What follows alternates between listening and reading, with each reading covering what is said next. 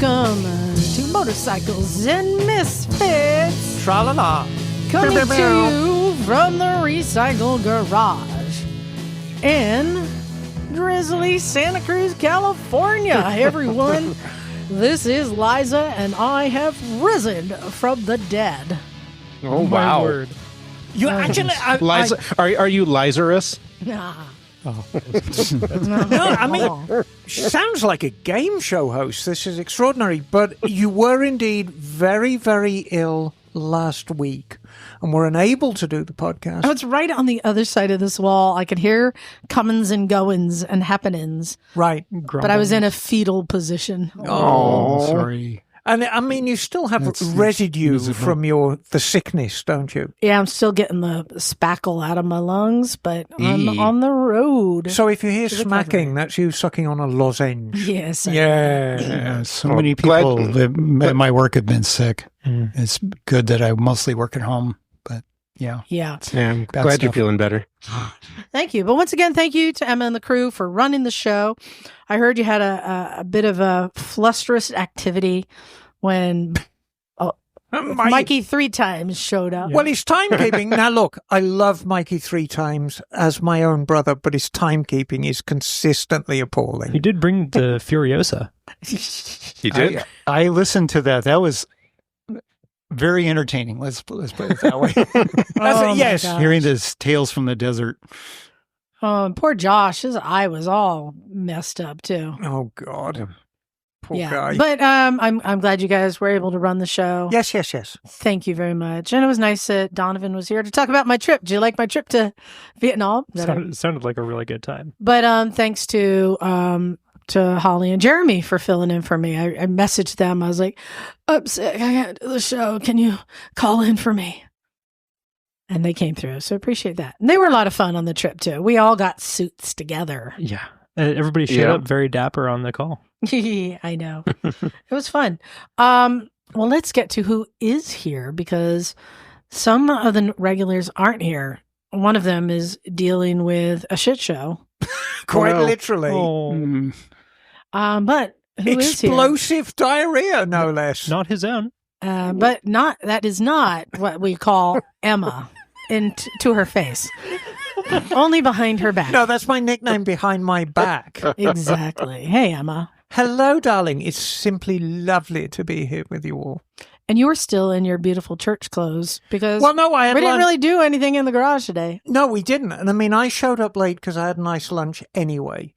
And I am recovering from my session last night at the Injector Lounge, where I got my lips inflated to Kim Kardashian size. What's the PSI? About 20. Oh. Yeah, I was hoping to get a little valve on the side, so I got Get a straighter valve? No, yeah, so it's still a little bit painful. I've never done that. What does it feel like? It's fucking painful, is what it is. Yeah, it sounds like really painful. It feels like somebody injecting liquid into your lips, which is basically what it is. Wonder why. Oh. Yeah, right. Oh. Okay, simmer down. Talk about inflation. Yes. Moving around the room to somebody whose lips need no plumping. It's Neil. Hi there, folks. Welcome. And Does your wife say you have very kissable lips? She does. There, But they're mostly covered up with fur. But yeah, Find them sometimes I underneath shave it off. The fur on my mouth. My face. Just to check it's still there. It's still there. Well, we missed you last night for the ride, which I'll get to in a second. Yeah. Because I also have to introduce. I almost want to just start calling you Crazy Scotty. That doesn't feel super kind, but that's fine. Crazy only in the things you do on 2 wheels.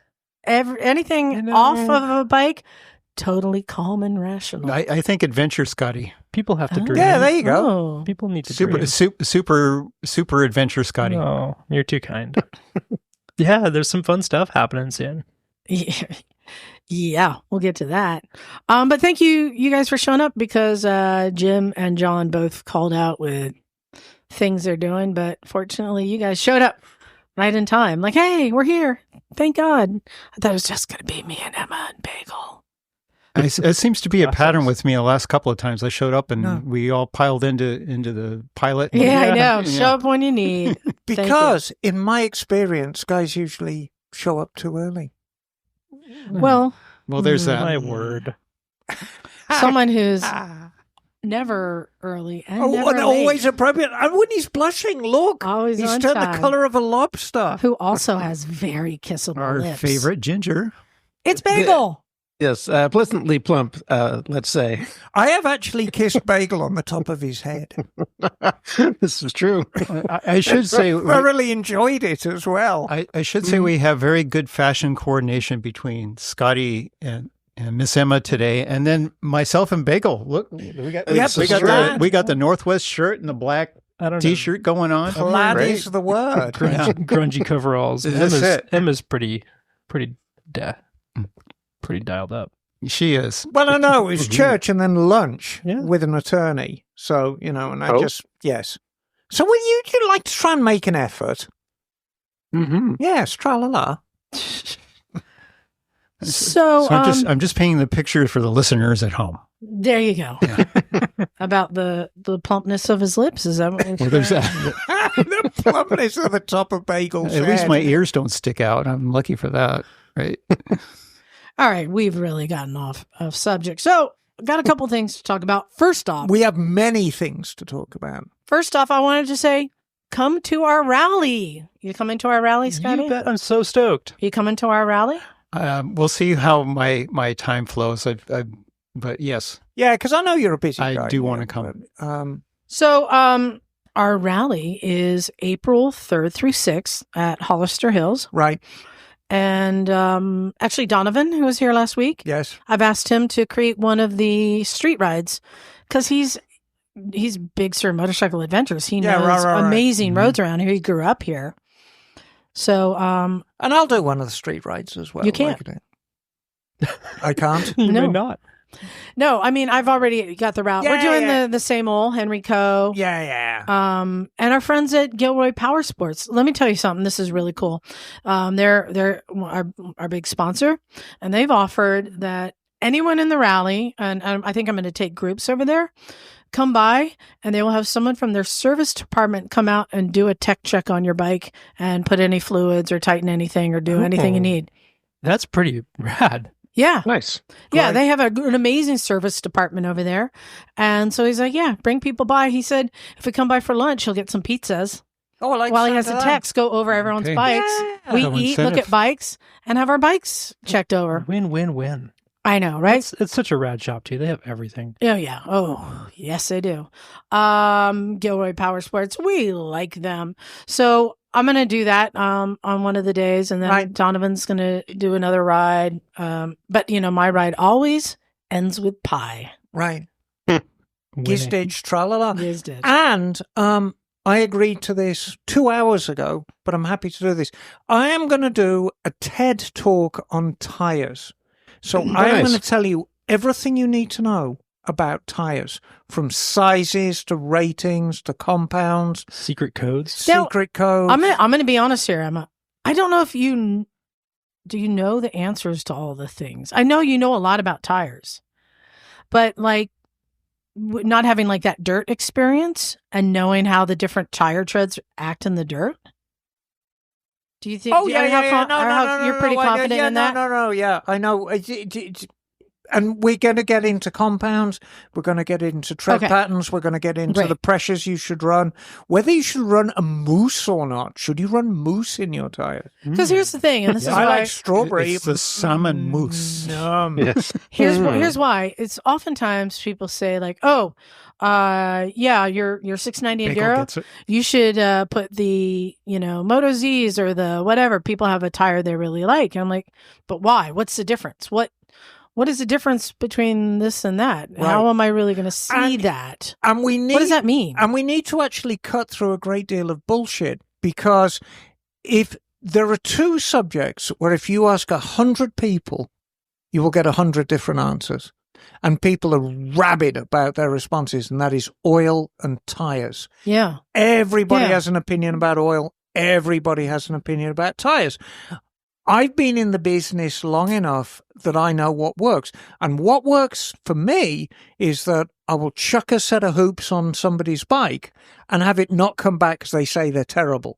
So to me, that's so a you're getting barometer. all the feedback from your customers. Exactly. And it's Okay. the same with oil.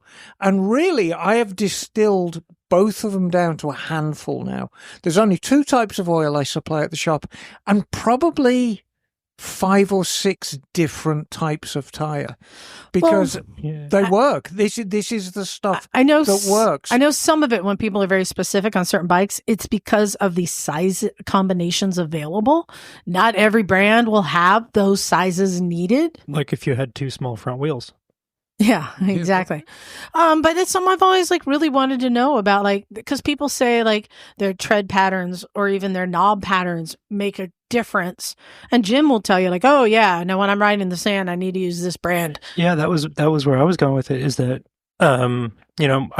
my bike has like the most common dirt bike tire size, so I have a huge variety of tires available to me, and some of them work great in some places and terrible in other places, and it's really hard to find that all-rounder. What's making the difference? That's what I want to know.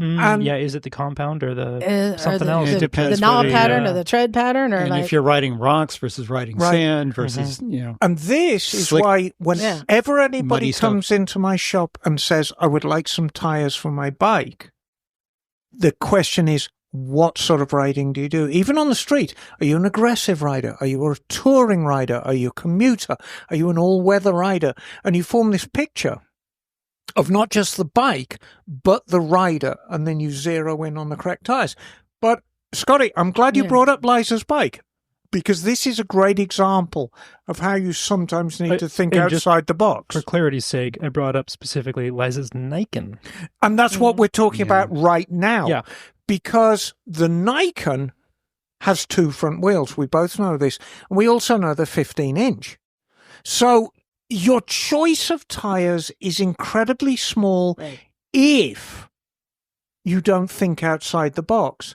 So Liza needed new tires for her bike. Because it's a 900cc bike, we needed to get Z-rated tires. 50. And Z is, of course, the speed The rating. speed right? rating, which meant we had a choice of 1, which is actually not a great tire. So by thinking a little bit about outside the box and doing research on the country that sells the most Nikons, i.e. Britain, we figured out that by compromising the speed rating and going down to a V, which is still a 130 mile an hour tire, we could put Michelin scooter tires on the front of your bike and match it with a Pilot Road 4 on the back. So that's indeed what we did. So yeah, I've asked her, like, this is something I've always wondered how people really determine. And I think trial and error, and this is the type of thing that like you or Jim or whoever who have personal experiences can explain, boil it down. Well, here's what I found. Myself included, when I took the stock tires off the Africa Twin and put the big blocks on, I think I put the Shinkos on. Right. After 80 miles an hour, I'd get these vibrations I didn't like. And I was on the edge about putting it back to street tires because I just didn't like how it ride, but then I ended up selling it. But like, I think different tire patterns will have a different effect on different bikes, Absolutely. Probably. which is why people probably figure out what works best on those bikes. I remember Jim was talking about his trip to Montana and how his Tenere was a little bit unstable at freeway speed or highway speed compared, and it worked great off-road, of course, because that's what that bike excels at. But so that may have been a consequence of the tires that he had on it. So Emma has offered to do a big thing on tires to really understand. And will you be at the Rally Bagel?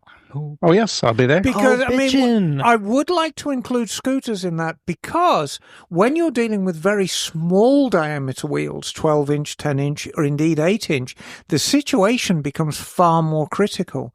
And tread pattern and compound it makes an incredible difference. Far more so than on a larger motorcycle tire. So we can include you.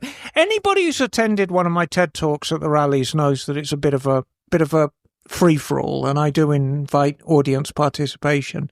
You know, if somebody wants to chuck a stale bread roll at me, that's fine too. What are the smaller scooter tire sizes? Smallest one's an 8, really, isn't it, Bagel? Yeah, pretty much. I mean, there are a few obscure scooters back in the day that might have had smaller tires, but they weren't very fast bikes, obviously. Well, that is the perfect segue. Speaking of 8 inches, last night was the naked ride. Oh, yeah. Yo, yes. Lovely segue. Lovely. I know, Bagel. Yours is 12 inches, but you don't use it as a rule. This is true. Yeah, we once tried to measure his dick against the tires, but it just kept getting run over. It wouldn't go all the way around. Oh, my God. It's a long story. Yes. So Vampire's Naked Ride last night, and it was kind of cold and drizzly. Scotty, I thought you'd show up. I was so excited to show up. I ended up on kid duty. Oh. Yeah. It was a small group, but you know what? The Vampires, what I love is they used to kind of host it, and they would escort the group of naked riders. When there weren't that many people, then they all just took their clothes off and they rode naked. And it's like, right on. They all just got out there and ripped around naked. And one person did break down. Uh-oh. Right downtown. Right downtown. Mechanically or emotionally? Womp womp. Probably both, I would have thought. Seems like they go together Yeah, in no, that sort of event. they stalled at one of the stops downtown. Was it And then the bike wouldn't restart. Oh, no. But they had their clothes in the top box. They simply got their clothes out, put their clothes on, then handled the emergency. That's good. It was sorted. So it didn't turn into a big thing, but it happened. Right. So you guys, just so you know, we used to have somebody in our group that we referred to as Donut because cops loved Donut. They were always going after him. He was kind of an idiot back then. Too young, too dumb, and too good looking, right? And so he does the naked ride with everyone, and he's going down Pacific Avenue, and he's revving his engine, which you're not supposed to bring attention to yourself. And he's revving, and he overheated his bike, and it died. Oh man. That's a long push home. Shit. Yeah, so he's downtown, buck-ass naked, and so a friend of the garage, Leif, he pulled up, and he's like, you need a lift? Hop on, nut the butt, let's go. Love and it. just And then brought him home, and then they went back and got the bike later. Is that long enough ago? Because I heard this used to actually happen around like December 20th. It always happens in the winter when it's cold. I was thinking the weekend preceding Christmas. That may have happened. More Yes. popular downtown. I do recall a few rides where there were a lot of like holiday shoppers around as we drove by. And we used to do one in the summertime as well, often impromptu, which usually turned into a Westcliff ride. Yeah, a naked Westcliff in the middle of the day. You middle of the day, and on a Sunday, of course, and so all the tourists would be in town. And so you'd ride down to Westcliff, and naked motorbike riders. But inevitably you'd have to come back, by which time they'd got their cameras out. Of course. Yeah. So Tourists being tourists. and I'm very, very ashamed that I missed it. I mean, traditionally, I've always done the naked ride. And I was just doing other stuff. Like I was in San Jose when it was going on last night. So, got to get your priorities straight. But I would have been there. Well, congratulations to the Vampires for putting on another good event. We had a lot of fun. And then How many folks did the ride, do you think? Oh, I think there was like 6 or 7. Yeah, it was a small ride. And they ride from here over to the hot tubs, and then they go into the hot tubs and hang out there. Perfect. Which Nice. the irony here is it is not illegal to be naked in public in Santa Cruz, but it is illegal to walk into a business naked. So one must get dressed in the parking lot for going into the hot tubs to undress. To get naked again. Well, there's that. Yeah. Yes, there are certain laws here. So yeah, we had a fun gathering last night. Very cool. Let's see. We talked about that. We talked about that. Oh yes. Oh yes. Uh-oh. Emma is going to eat her words. No, I'm not. Oh. Bagel, do Yes? you recall, I believe you were here, back when there was announcements about KTM going into bankruptcy, and Emma made the bold declaration, they're done. They'll never come back. They're done. Okay. And I said, oh, no, you shall see. They've got things they're doing. In fact, they were doing all of the proper steps, and I remember saying I appreciate that they were being transparent in everything they were doing to get on the right track. They were letting everyone know they were taking the steps. So one of the next steps is they've now sold MV Agusta back to the people they bought it from. Some rich family, I think. Right. Yeah, we talked about that last time I was here. And, however, the elephant in the room is thus, and I want to make it clear. I made it clear then, I'll say it again. I love KTM. I would like nothing more for them to do well. This is not an Anna. I really want to see KTM do well, but I can't see a nice way out for them here. The elephant in the room is, if you visit any KTM dealer in the US, in the UK, in Europe, all of them have got 60 plus bikes on the floor right now, all being paid for. Is better than none. Well, it is and it isn't. Because here's the problem. All those bikes are being paid for. So that it's not generating any money for KTM at all. All the bikes are being paid for. Right. So, and we know that they have, I think, a 1.5 year surplus of bikes. Exactly. So KTM have no means of really earning money for the next 18 months. The only money they can generate is by selling assets. Well, I was trying to figure this out too, because I just saw some news they'd launched some new models. Yes, the 390 Adventure R. Very cool, but like which I don't they get don't it. make. It's a CF Moto. Okay. There you go. Yeah. So, Emma, there's Right. one way they're doing it, right? So here's all the things they have going from. First, they halted production, which they needed to do. Absolutely. They, I know that they, I think, laid off people, but I think the plan is come back. They had to stop the hemorrhaging was the plan. And so we know that they have an excess of bikes, again, which is better than having none. And dealers, yes, they have an excess of bikes, which is better than having none. They have signed their contract with MotoGP. They are participating in MotoGP in 2025. That had been on the fence. And developing a new bike for their new, smaller displacement. So they're still moving forward with technology and innovation and exposure, racing and all of that. What we haven't seen yet, and then cutting some of the companies. So would you be surprised if they sell Gas? No, not at all. Would you be surprised if they sell Husky? Now, that's a tougher one. Yeah, me too. I think core if to they're them. going to cut bait, they'll cut bait with Gas. Husky is a harder sell. It's a harder choice, but I can imagine it. The guy who's running Pure Group, who's been running it for a long time, Pure Mobility. he stepped out.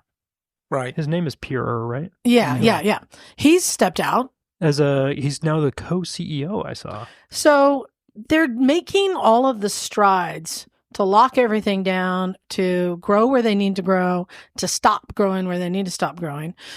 Selling MV Agusta is a big step. I think you're right. I wouldn't be surprised if Gas goes, because when I go to like our friends at Gilroy Power Sports, he's got KTM, Gas, and Husky, and he's like, honestly, I have the same bike 3 times. Right. Yeah. It's not needed.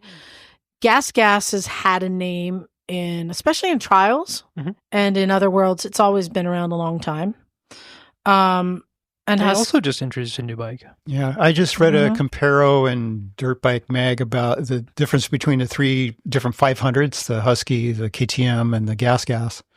And they are very similar, but they were saying that the Gas was louder and a little bit more powerful than the other 2. Yeah, that's But yes, the hard to differences sell are small. That and fine of a distinction, yeah. Yeah. So I think they're doing all the right things. What we haven't seen yet, and I think what everyone is waiting for, is the dealers are waiting for some sort of incentive so they can cut bait on what they haven't offered deals to the public. This is what we haven't seen yet, but we're all expecting.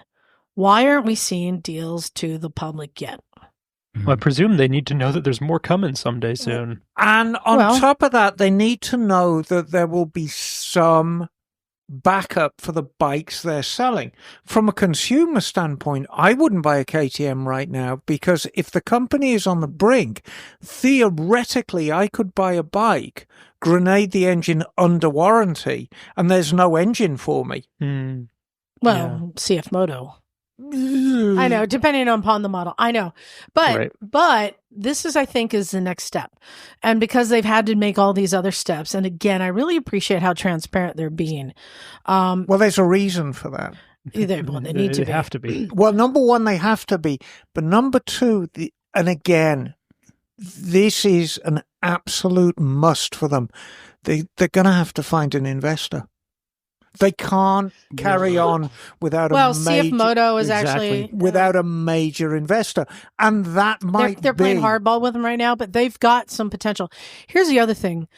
KTM has been profitable. Oh, yeah. Has always been profitable. This is not a company that's tanking itself. KTM specifically, or pure mobility? I've only heard KTM referred on these, so that's all I know.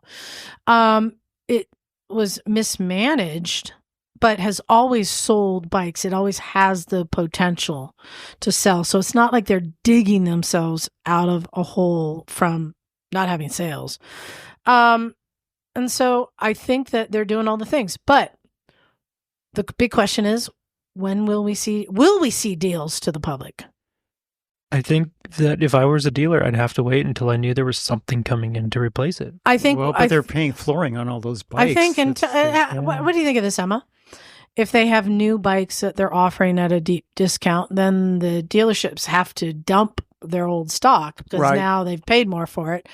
It's not good for them, but what are they going to do? And now you've got new bikes at better prices, which could potentially get a lot of people coming in for those deals. This is what I think is going to happen. That there's a lot of people who are ready to jump on KTM when the prices become the incentive. Yeah. Oh, gosh, count me among them. I hope so. I'd get a 500. I'd be interested in that. Yeah. I hope so. You know, it would, nothing would make me happier than a healthy KTM. But right now, I haven't changed my position from when I first heard about their bankruptcy. My point is they're not done. I think they're putting themselves in a position. I think they're hobbling along right now. To grow and expand beyond where they were by getting all these ducks in a row. I hope so. I think it seems like they're doing a lot of editing, and there's probably a lot going on behind the scenes that we don't know. And that anything that really trickles down to us is going to depend heavily on the dealership agreements that are in place here in North America. Yeah. So we'll see. Not done. Not dead. You will eat your words, Emma. Nothing would happy. Nothing would make me happier.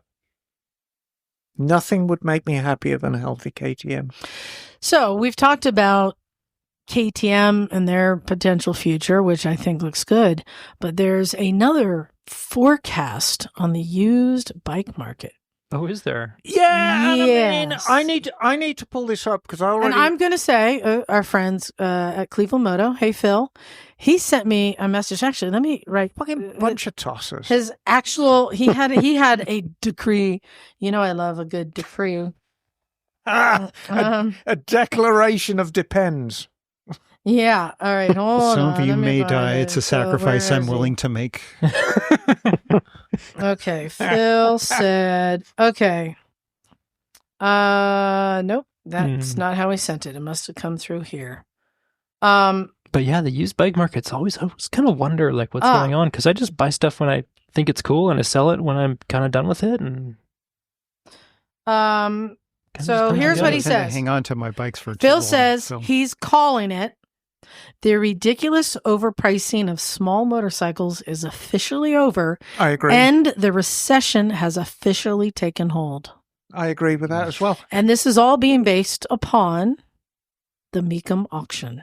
I think there are other factors that you can use as a barometer. I mean, I don't often agree just wholeheartedly with Phil. I think he's on the right track. He's come to the right conclusion, but he's taken a bit of the wrong way to get there. I think we can use the Mecum auction as something of a barometer. But, you know... I don't see how it relates to small motorcycles, because there's like a factor of 10. Right, and I mean, the Mecum options, if you actually go, I mean, the vintage bikes, and I'm going to read a few of the top sellers right now, which will make your hair curl. Everyone thinks, Mecum's about the vintage bikes, but there's a lot of quite ordinary bikes that go under the block at Mecum as well. And I think it just shows how much money there is out there. But let me read, these are the results from February the 1st. February the 1st. That was yesterday. Yesterday. So here's our top sellers from February the 1st. 1915 Cyclone V-Twin went for $1,320,000. That is a lot of money for a bike. Wow. 1938 Crocker Twin. You know, Crockers have been making big money for probably 20 years. 880 grand for a Crocker, which is a record for a Crocker. Wow. 1913 Henderson 4, 352 grand. 1914 Minneapolis Single, 264 grand. 1915 Williams Clady, 3-cylinder rotary on this one, 170,500. And from one of my distant relatives, 1898 Didion Bouton tricycle, 165 grand. Did you say 3-cylinder rotary? Yep. I don't understand. Radial, maybe. Yeah. Oh, okay. Yeah, it's a rotary. There's a difference between a radial and a rotary. A rotary engine, the cylinders move instead of the crank. A rotary, the crank is fixed and the cylinders move. That's a rotary. Cool. Yeah, it's wild. Yeah, what's the aircraft engine that's like that? That was in Sopwith Camel. Yeah, exactly. Oh, it's the old Sopwith Camel, eh? Yeah. Socks away, old boy. Jolly good. Yes, jolly good. 1954 BMW RS54. You know, racing motorcycles, especially if they have any provenance at all, always fetch good money. 159 grand for this one, 500. And then, you know, we get into the Aces and the old Harleys. It seems like the really, really early bikes are fetching big money. Domestic products, I'm looking down for the top results for Friday. Let's have a look here. What's interest on Friday? Top seller on Friday actually was a 1974 Ducati 750 SS. Okay, but you're reading the top.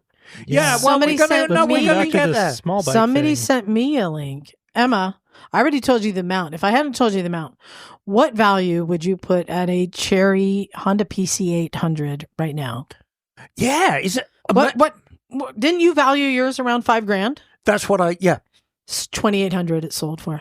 I make them 2,800. So, is that the Fortnite effect? I think I don't know. You know, I had a guy on the floor at Mecum, and he had BSA Spitfire, 68 Spitfire. He was hoping for 10. He got 5, and he had an absolutely minty CX650 Turbo, which again he was hoping for the 10 mark, and he got 6. I was bidding on a Suzuki XN85 Turbo, and I'd set my ceiling at 61, and that went for 9. So I think there is genuine interest in the late 80s and special interest like the turbo bikes. Our friends at Iconic are still doing brisk business with 80s and 90s turbo bikes, but it seems like the bottom has fallen out of 70s bikes. How about something like a CBX? What is CBXs are all over the place. I mean, Jesus Christ. I had a CBX in the shop, which I really got out of, and it was a turd, for like $5,000, and somebody bought it just for the pink slip, and it was horrible. I've seen them still around the 20 mark. I mean, the thing is with the CBX, there's very, very little like it. And because there's it occupies such... and there's one other six-cylinder bike I can think of. Well, the Benelli is a very, very different prospect. So you got to remember the CBX is a Honda, so ultimately it rides like a Honda. And is going to be, if you sort them out well enough, is going to be as reliable as a Honda. Benelli is always going to be like you're waiting for it to blow up. And if you own a Benelli, say, I hate to tell you that, but it's largely true. And the problem is with the KZ 1300, which is the other big six. That's right.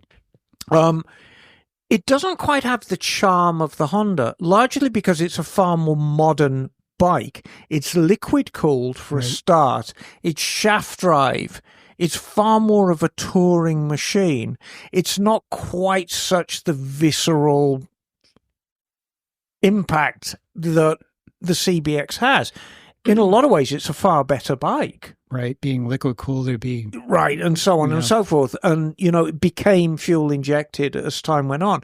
And if you've ridden a late KZ 1300 fuel injected bike, it's an incredibly civilized bike.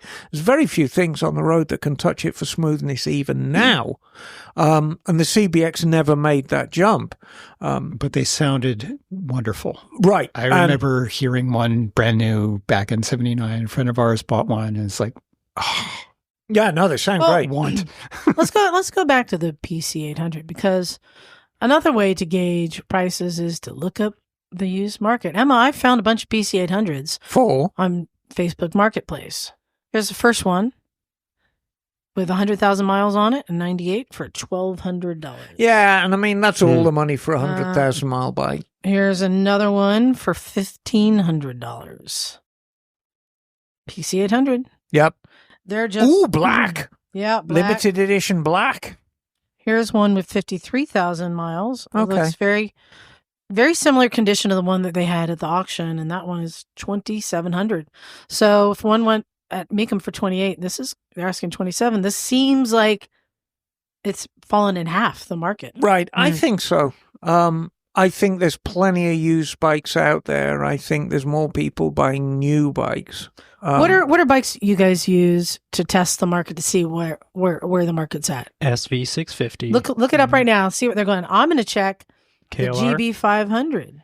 That's a bike I've long used as something to gauge the market. Gore blimey. Right? If you guys have a bike that you check, let's see what's coming up. Emma, what do you think the GB500s are worth about now? Well, I mean, in the past, they've gone up to 10. Yeah, I was going to say they've been $10,000 bikes. Probably about 6 now.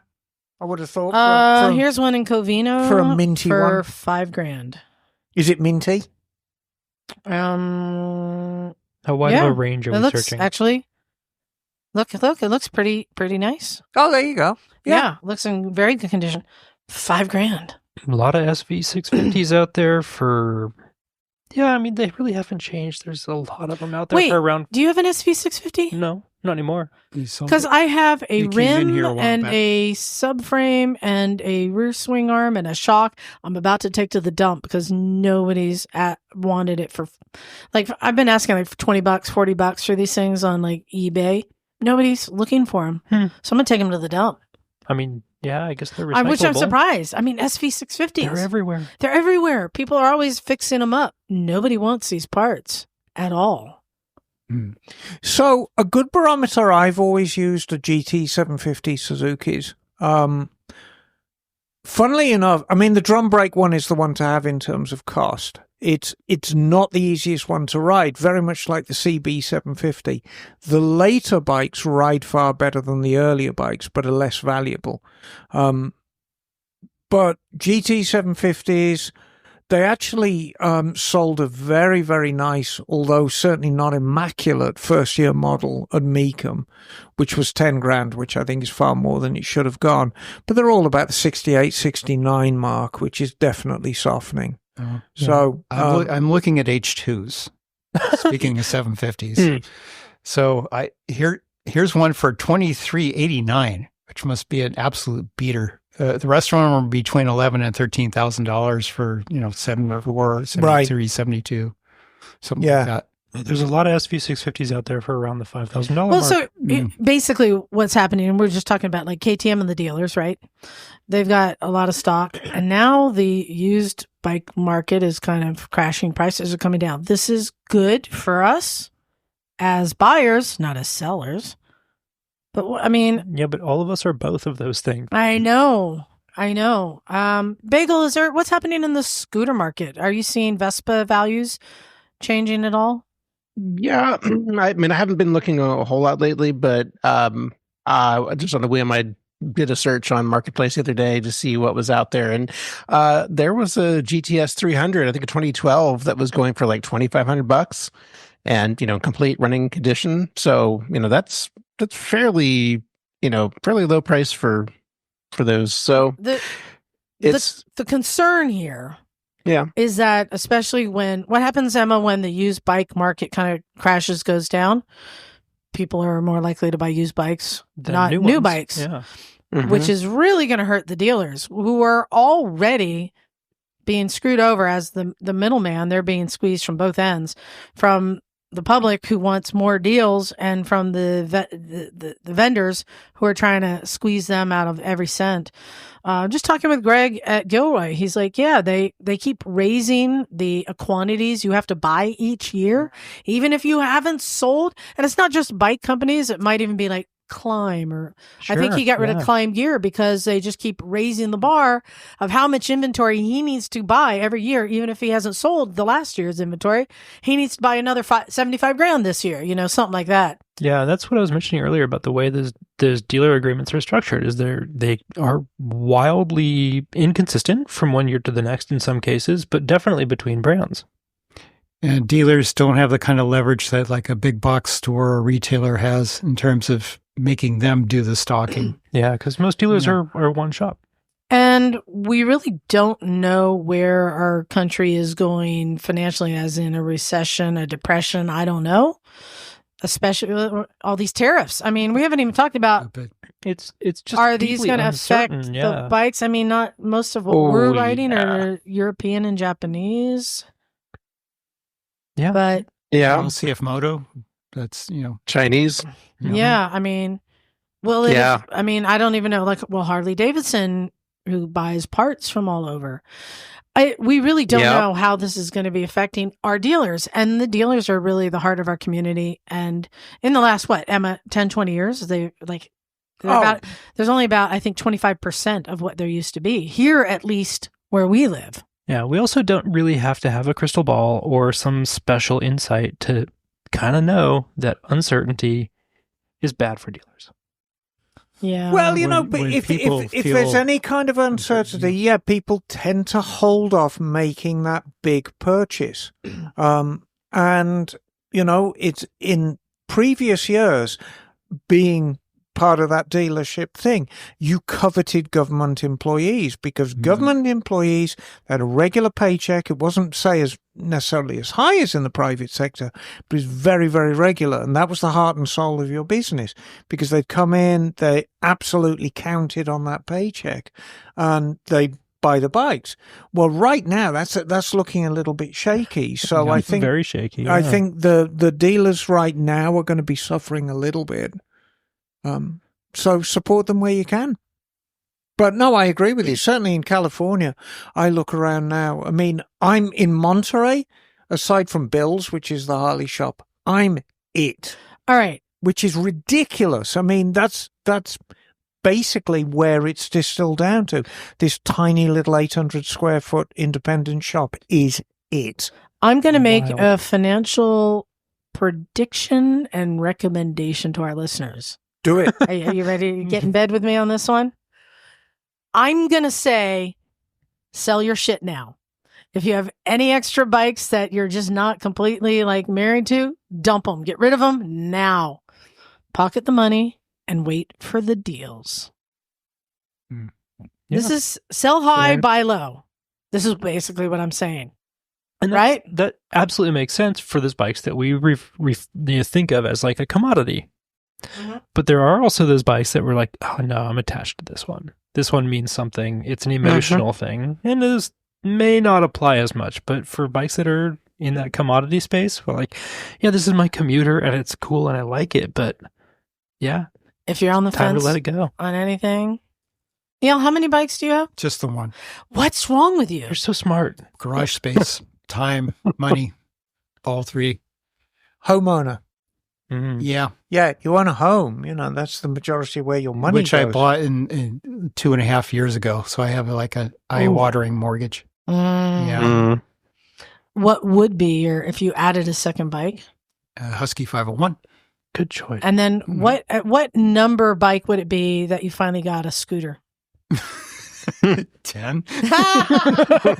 Aw. Unless, Betty Lou wanted one. So then it might be 3. So. So that's my advice. There you go. But you know what? Here's the thing. Nothing's free in life, is it, Emma? It ain't. Well, that's not true. There's no such thing as a free lunch, darling. That's not true. Tell us more. Well, due to the fires in Southern California, We're going to buck the trend of there is no such thing as a free lunch. I already had a listener reach out to us. We've actually, both Emma and I have talked to people. Mine, he lost all of his bikes and gear, and he already has a friend willing to loan him a bike, but he needed gear. And he just asked if we had any gear at the shop. He sent me all the sizes. He was offered to pay for the shipping, and I wouldn't accept it. And I just sent him a box. I was able to get him everything but a helmet we didn't have. But nice, some dirt boots, pants, shirts, jacket, gloves got sent down to him. And then Emma also had somebody who had sent a picture. Oh, do you want to show the picture? Yeah, it's tragic. I mean, he was he had a garage full of bikes, but a couple of custom built XS 650s, one kind of a tracker bobber kind of thing, and one very old school job, and just burnt to a crisp in the fire. And funnily enough, Pass this around to them. yeah, we hold on, talked let me about forward this Bagel. in a previous episode about what happens to frame of bikes when they're in a fire. And when the temperature goes above 1,000 degrees, which is quite easily, it goes above that in a wildfire, the property of metal itself changes, and the property of welds and the crystalline structure becomes a lot more brittle. So basically, your bike you can't rebuild a frame that's been in a fire. Where it's been enough to melt the engine. Pass that around. You're for them to done. see. So, yeah, if you we're passing around the phone. Top picture is the garage full of bikes, and then the bottom picture is what they look like now. Yeah, so Oh, my goodness. we know that we have listeners who have lost So in the top picture, we have everything, a and we have an offer for them, which is send us a list of everything you need, and we will do our best To get it to you. to get it to you. Bagel, I am sending that email to you right now. There you go. Okay. Now, what that might mean is, right now we're just kind of fleshing this out, but we've got a couple of friends down there. We've got friends at the bike shed. We've got friends at Iconic Motorbike. We've got the gear garage here. We've got track suits. We've got dirt bike gear. We've got a lot of different stuff. good stuff. Yeah. So what it might actually mean is that me and Liza drive down there in a U-Haul with all of our gear. And if you lost your gear in the fire, just come. We're going to give you gear. We're going to get you kitted out again. It's going to cost you no money. If there's enough people, we may drive down. Or what I need you to do is send us an email with a list of what style. Are you looking for street, dirt, Whatever. ADV, whatever, Adventure, yeah. and what sizes. And I'll bring that Revit jacket back. if we have it here, I'll box it up. Yeah. If we don't, we'll put out the word to our community Right. here in the Bay Area. We'll try and get it. If we can't get it, Emma may order it from her catalog. Yeah, I mean, it's everything is on the table right now. And I want to be absolutely clear. If your stuff burnt up in the fire and you're reaching out to us, it's not charity. This is biker shit. This is what we do for We're just one another. Passing it from one biker to another. We're passing it from one biker to another. You guys will do the same for us. And nobody loves California like Californians. And we're pulling for you guys down there who had the fires. If you lost your gear, please reach out. And we're going to get gear to you. Simple as that. We'll find a way. So, yeah, there is such a thing as free stuff, and that's because people give it to us to give away. So I really appreciate and love our community, but now we can just help be the middleman a little bit more. So send us your list of everything you need to motorcyclesandmisfits@gmail.com, and do include a Southern California address. Yeah. And if we do drive down there in a van, can we go to the Queen Mary again? Maybe. I can look for my long lost relative. Not to say we don't love our friends in Arkansas, but we're not shipping stuff to Arkansas. Ooh, do we want to take a day stuff trip to Catalina? You know what? While you're there, South Carolina? Yeah. I mean, I don't know what it looks like to lose stuff in a storm like that, but I imagine the loss is the same. Maybe. Have there been any volcanoes lately in the country? Okay, let's expand on this. If you listen to our podcast and you lost motorbike gear in a natural disaster and you're really struggling to replace it, reach out. We're going to get gear to you. How about that? Yeah. Yeah, this is our promise to you. We're going to try and help everyone out that we can. It's like, it's biker shit. It's not necessarily California shit. It's biker shit. No, my niece lives not too far from where the fires were. She lives down, like, I want to say, Century City, that area, like 10 miles from there. She's okay. Her and her partner are good. Good. Here's a topic I wanted to bring up. Yes. Righty-o. When you were a little kid, what's the first bike you rode? I actually rode or rode on? Like, did you have like mini bikes over? No. Really? I recently I found didn't. out what mine was. You guys didn't have little... Yeah, I mean, they did, but I didn't get it. You didn't get your little Sears pull start mini bike? No. Bonanza. No.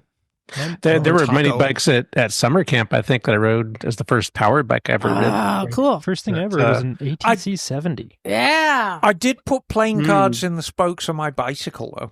That's basically the same thing. Yeah, it is. I mean, you know. Feels the same at the time. Yes. For me, it was a mini trail 50 that had been bored out to a 110. Oh, my word. So let me ask you this. Do you remember being a kid and like getting in on, for me, it was a Trail 70, right? And just whipping around the streets. Reckless abandon and having the time of your life. Hell yes. When you see kids now on e-bikes, do you think, oh, they're having the time of their life? Or you go, stupid idiot, you're going to get someone killed. No, I don't worry about the kids as much as I do the old guys. No, I think that they're absolutely living it up, and I'm thinking they should send it. Yeah. Get off my lawn. Totally for it. Well, not everyone agrees. No. God damn it, young whippersnapper. And I've actually brought this up that I've noticed with a lot of the e-bikes that the speeds they can travel now, we're creating dangerous situations. You see kids riding down the bike lanes, twice the flow, twice the speed of traffic. Well, yeah. Sure. I don't see the kids doing that so much. And, you know, the street that I live on is like a major thoroughfare for kids going to Harbor High. So I see them all the time. Yeah. And, you know, they're maybe riding 20, 25, something like that. But not really fast. Do you know what the law is about that? Yeah, yes, I do. Yeah, if they're a class 2, they top out at 21 miles an hour. And 3 is... I believe it's 20. 3 tops out at 28. 28, yeah. Yeah. So they're riding within the legal limit of what the bike can do. These aren't breathed on or modified as far as I can tell. Unfortunately, not all of them. Right. And our friends at Super 73, we've had them on the show, right? They really were at kind of the forefront of this. Totally this trend, right? Yeah. So I don't know if you've heard, there's some lawsuits now against Super 73. Oh. This was up in Northern California. There's a couple different cities. It's these moms who've gotten together who are suing, not for damages or anything, but for full refunds. So they bought their kids a Super 73 because it was labeled as a level 1 or whatever Class e-bike. 2. Class 2 e-bike. Come to find out that in their town, that the chiefs of police, and there's a couple different towns that have done this, have labeled them as illegal and has confiscated them, takes them away. And the parents are like, but I bought my kid this bike. Now and it's supposed to be fully legal to California law. But the problem is they have the legal mode and the off-road mode. Oh, yeah. Yeah. And every person puts it into off-road mode and unleashes it. Obviously. Same thing with the Onyx So, and a couple of others. These moms are suing for full refunds because their kids can't ride the bikes that they bought them. Sounds reasonable? Right. So I don't know. Is it reasonable that like a township would be able to have different laws? That's the where it state? starts. It starts at local Yeah. towns or provinces or whatever. Yeah, because it has to start somewhere. It starts there. Yeah. Or villages, whatever. They can create their own restrictions and allowances. They can set their own speed limits. Yeah. Right? And I guess they can say like, oh, no big Well, trucks they, through our town or something like that. they don't yeah. have complete freedom to do that. There has to be reasonable basis, and the speed limits they have to set. There's a certain percentile. So they measured decided to speed go and to all the that source, which is Super 73, who's selling these bikes that can be unlocked. So in an interesting move, so what Super 73 did is they immediately locked down all their bikes through their app platform. Oh, the bikes are connected to the internet? Yes. Lame. Mm-mm. They locked them down. Pull out that Wi-Fi. Wow. Yeah. And you cannot unlock it on their app. But there are aftermarket apps you can get Brilliant. that can access it and unlock it. Well, that's a fig leaf for them to give them Which some means protection. they're from not resresponsible for it. They've Yeah. taken the It's a steps. low curb protection, as they call it. Yes. Which I'm like, ooh, interesting chess move, right? Yeah. Well, Onyx got their chops busted about that a while back because they were selling the RCR, which is, has like a 6 kilowatt motor in it. Right. And will do, or whatever it was, is big power, and it would do like 60 miles an hour unrestricted. So do you know what kilowatt it's supposed to be limited to? 1 kilowatt is, or 762 watts is 1 horsepower. It's supposed to be limited to 750. Yeah, so that's 1 horsepower, basically. Yeah. So even California has got legislation that's coming through, and they're defining Oh, that's been on the books the for a bikes. while. Yeah. Yeah. Yes. So there's class 1, 2. Yes, which are and 21. basically stating that it has to have pedals and it has to be restricted, and it can't have the ability to be unrestricted through their own means. So Well, that's the gray area, and I guess that's the thing you're talking about. They've defined it. Yeah. What I find is interesting, and I've heard some people talking about this. They're not. They have not yet mentioned creating registration or insurance or training or classes for people under 16. Oh, and some have said they put a limit, I think, at 14 or 15 on these. 16, you're not allowed to ride anything above a class 3 and above. Yeah, because I was looking at that recently because the monkey bike falls into that weird category where it's like this in-between thing. Well, a monkey bike is a motorcycle, so Yeah. you need a full motorcycle license to ride one of those. It's not a moped. Yeah, this a kind of motorcycle license, but it doesn't have a motorcycle registration. Well, anything 49cc. Yeah, mine's 49. Yes, 49cc is considered moped, Yeah. and it's registered, but once. You don't have to pay But wait, yearly if it doesn't have registration. pedals, though, it's not a moped. Yeah, it still falls into that weird category. Yeah, because exactly. They call it moped because of 49cc. But do you think that they should also require training or certification or anything for these kids? Oh, absolutely. Or age limits and Because- maybe lower? You see, Or add another tier of don't- driver's license? I don't know. they have, I don't but they think so. have to do something, and I shall tell you why. Let's think about lane splitting laws, because that's another.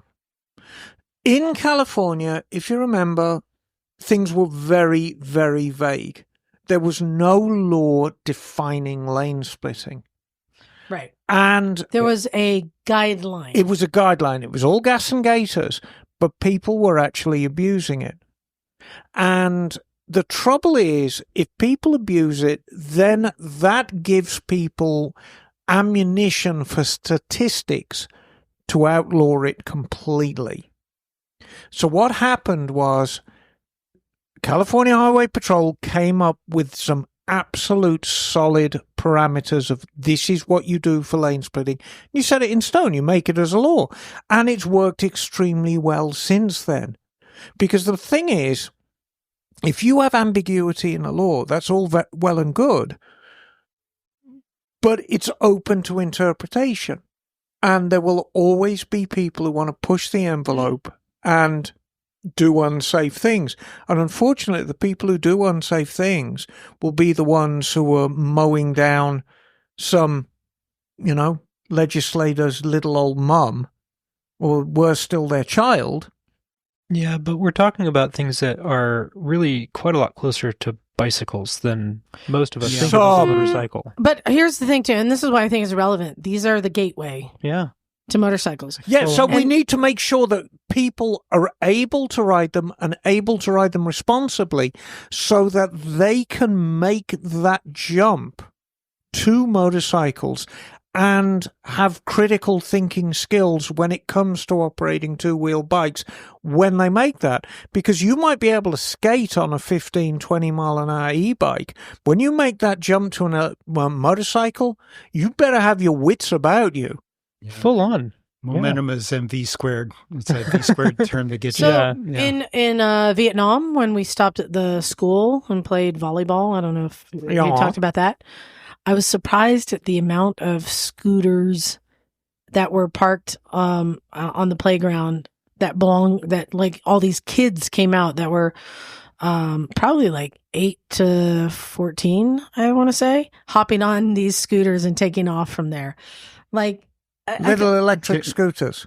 Electric and gas, yeah. Like stand up. Yeah. Yeah. No. Like you're talking about like a stand up, like a Razor scooter. Yeah. No. Oh. Yeah. Two-wheeled like motor scooter. Two-wheeled scooters, because just like here in the United States, how we're seeing basically every kid has now got an e-bike. That looks like a Super 73 little motorcycle kind of thing. That's the common thing. That is the common thing now. This is how the kids are getting around, and now they're getting younger and younger on these, right? Still mostly, and 13, I don't 14, I don't want to 15-year-olds stop that because I remember that reckless abandonment I had on my Trail 70 when I was a kid, and B, I think that I think that this is the gateway, and I want them to then move on to like motorcycles. And I think it's good. They're transportation. It's independence. Well, it's good. There is something to be reckoned with on bikes, on e-bikes. And so a couple of years ago, there was an accident and a subsequent lawsuit against Rad Power bikes relating to the brakes. Oh. So a pair of tween girls were riding a Rad Power bike down this steep hill, and the brakes failed. They basically faded and overheated, and they ended up crashing at the bottom of the hill. One of the girls died. So the parents are suing Rad Power Bikes about just the defective brakes on this thing. And, they're not very big, and the brakes are kind of wimpy. They're like bicycle grade brakes. And so I've got some stories about Rad Power Bikes, having previously serviced quite a few of them. Right. They are absolutely scraping the bottom of the barrel for that equipment level, and it's mostly shipped directly to people in their homes who are then trusted to assemble it and adjust it themselves. So the bigger point is that when you have something that can go faster, that is heavier, an e-bike is significantly heavier than a regular bike, and they're able to carry two people comfortably, whereas a bicycle, not so much, but people do that. The brakes are a big deal, and what the chassis is capable of is a big deal. So as the speeds get higher, the chassis is just as important as how much power the motor can put out. And so when you upgrade the power of the motor, the chassis needs to come up to snuff with it as well. The ability to slow down. And especially the ability to slow down. Do you think kids should have to take a training class? I think it would be helpful and maybe have some incentives. for them to do that. Let me tell you why I think they should. Yeah, I've got some thoughts as They're a parent, going too. out on the streets, Right. Yeah. not understanding the rules of the road. Right. Yeah. Full stop. Yeah, it's as simple as that. This is a motorized vehicle. And the asphalt is just as hard no matter what you're riding. Absolutely. I think so, yeah. that it doesn't hurt to put them through an earlier like driver's ed Yeah. explaining like Yeah. how it all works and what the I laws even are. remember as a kid, there were like little seminar things that they would have in the school about riding your bicycle safely. Oh, they still do that. Yeah. Yeah, my kid So- did that. Yeah. There is an example of another country who I think has got the right approach to this. Germany. Deutschland. Yeah. Oh, yeah. And they are building super bike lanes Oh, or fast e-bikes. They're Interesting. building that go like between cities. Oh, like we used to have in Los Angeles. And they're embracing it rather than trying to squash it. Do they do Yeah. something like that in the Netherlands too, or is it just? I don't know, but I read I wouldn't be surprised. I Yeah. read an article in Germany how they're just embracing it and accepting it and building dedicated bike lanes for that. I think like 2-speed bike And lanes or something. unfortunately, that will never happen in America. And that's not a political statement. The big problem with America is its geography. It's just so big. It's spread out. And So spread Bagel, out. you had a point? Yeah. Well, I mean, there are places where I think it could be done, but the thing about Germany is that they have had an orientation towards bicycles for a very long time, and they've had dedicated bike lanes that are basically a second sidewalk next to the Right. pedestrian sidewalk in most cities, where you can ride a bicycle throughout the entire city. They have like little bicycle traffic lights that tell you when you can, ride your bicycle Right. across the street. Well- I mean, they have all the infrastructure in place for this, and it works so well. And the fact that so little of the rest of the world has followed suit just boggles my mind. Or haven't followed suit. It's not just for bicycles. I mean, if you go into any large German city, every form of transportation for getting around the city is revered and embraced. Yeah. Buses are highly used, trams are highly used, the subway is highly used, trains, Yep. personal vehicles, bicycles, motorized scooters. Everybody is using everything, and somehow everybody gets along. Yeah. Yeah, to Even, Bigel's even point, hiking though, trails. yeah, the Vonderwegs. Yeah. But to Bigel's point, though, like having bicycle toured through big parts of Germany and Northern Europe, like the infrastructure already exists. Yeah. Well, I find the whole thing interesting. I love seeing the kids out there riding and ripping. I want them to, but I want it to be safe. My other tip is I would love to see them put headlight modulators on these bikes Or Hmm. headlights. because they're so quiet. See them coming. But I will Yeah. tell you, as an aside, you know how Emma, our motorcycle industry suffered because people are going online and buying parts cheaper? Right. I found when one of my kids, Enzo, he's got one of these e-bikes, and he's like, yeah, my brakes don't work. I had him bring it to the shop. Brake pads were gone. So we went down to the local bike shop. What brand of e-bike, by the way? I don't remember. It was a cheap Yeah. one. Went down to a local bike shop. Like, do you have these brake pads? Yes, we do. And it was, I think, want to say like $14 for a pair. Mhm. Go online and check. It's $8 for 2 pairs Yeah. online. Hmm. And I'm like, they're making it really hard to walk into a business and give them the money. I know they're paying for the brick and mortar store and all that, but it's really hard. When they're charging that much for consumables? Yeah. Yeah, I mean, and I know we're talking like 14 and $8, but $14. still, Yeah. it's Yeah. it's hard. It's But, in about what your time is worth. But Yeah. in defense of bricks and mortar stores, I mean, I still get people, well, I can buy this online for this amount. Okay, so buy it then. I ran into that when I used to sell pool stuff. Right. To say, I can go to Leslie Pools and I can buy this pump for $100. It's fine, go. Just Drive down to Santa Rosa and go get it. or Yeah. get it shipped and then see what happens if things go wrong. When you have a bricks and mortar store, and in my case, I don't really sell anything. I mean, my shop's a repair-only facility. But I mean, I am buying things to bolt onto bikes. But everything that leaves the store has a warranty. And the pieces you buy fit. and the pieces because they're personally curated by me. Exactly. So number one, the consumer knows it's going to fit because they actually don't give a rat's about what you put on the bike as long as it works when it leaves.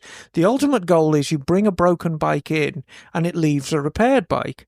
Now, the onus becomes on the motorcycle shop. Yes, you want to use very, very high quality parts or OEM parts, but it's up to the shop owner, number one, to order the right parts. Number two, to offer the guarantee on the parts they sell. So everything that gets repaired at my shop leaves with a guarantee, except for the ones where, hey, I've got these parts. Will you fit them? And I'm like, well, okay, what are they? Oh, genuine parts? Yeah, no problem at all. So on and so forth. But if somebody brings in crappy Chinese quality parts, I won't get involved in them.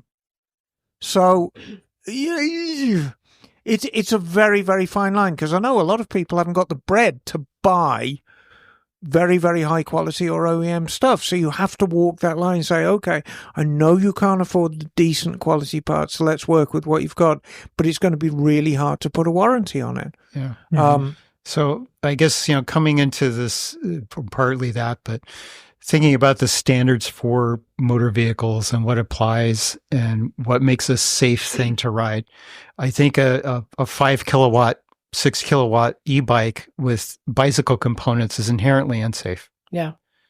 And so I think some regulation needs to establish guidelines on and based on the social contract for the thing. So basically, the Surons are done. Yeah. No, they're okay for off-road. That's fine. Right. If but they live up to their social contract to do that. But street bikes, but they do have good components. Yeah, I think it's also a little bit difficult to lump all bicycle components into one category, just like lumping all motorcycle components into one category, because some stuff is legit high quality, like you're talking about. Yes, OEM stuff. Surron's a decently engineered vehicle. And a lot of other stuff out there is just garbage. But this is why I generally, when anybody talks about regulation, I'm not sure about this, but I think there has to be guidelines, there has to be regulation.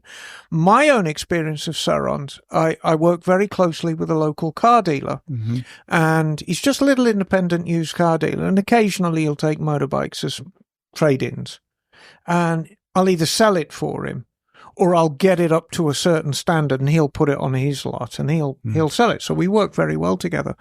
Anyway, he's got a child who is 14, 15, and ended up with a Suron. And within 24 hours, smacked into a lamppost and got a big black eye and knocked some of his teeth out because the thing was just so quick. Because there's nothing that says a 14-year-old with incredibly little experience can't jump on something like a Suron. Right. And it's different from even getting on a 125 because they have so much low down torque. Right. And instant acceleration. And of course, they all gang together and him and his mates figured out a patch so they could get the maximum power out of this. I was 14 months too. So. Yeah, exactly. So, everybody does it. So he's breathe on it. He's sitting on this 60, 65 miles an hour machine and he whiskey throttles it, goes head first into a lamppost. Yeah. Well, I'm glad he's okay. No, he's okay, but he made a mess of his face. Think back when we were kids, the coveted Sears mini bike, right? Are you familiar with these, Emma? It was like a rigid box frame, a little lawnmower motor, a pull start, and the world is your oyster, right? And you think about they were selling them, like, where were kids supposed to be riding them? Oh, and they had flat wheels, almost like a drag wheel, right? It was like just a flat wheel. Where were kids supposed to be riding them? There was no legislation. You can go buy a mini bike even though you're not supposed to be riding it anywhere. Right around your backyard. Farm kids, big yard, that kind of thing. And and my youth was spent around a lot of people with tacos who would put bigger and bigger Briggs and Stratton. And then one day someone showed up with a Mac 110 two-stroke. And that thing was quick. It's like, how much it fun. Goes from there. Yeah. Well, I'm honestly on the fence. because these bikes are faster and I would like to see kids be safe, but I also love seeing this freedom of these kids out there. And they fit like 2 or 3 on. They look like Pakistani families on there. Just ripping around. Yeah. We've been, my kid is 9, and we've been slowly teaching her how to drive a car off-road, because our stance is that there's a big difference between operating the vehicle and following the laws. So if we can teach her how to operate the vehicle independently of, having to follow any laws, well, then she gets the law part and it'll be a little bit easier. I was just watching a video. It was this woman, she heard the garage door open and she goes out to her garage and she sees her Suburban backing out of the driveway it's not a street. I think they live on a farm, so it's like a dirt road.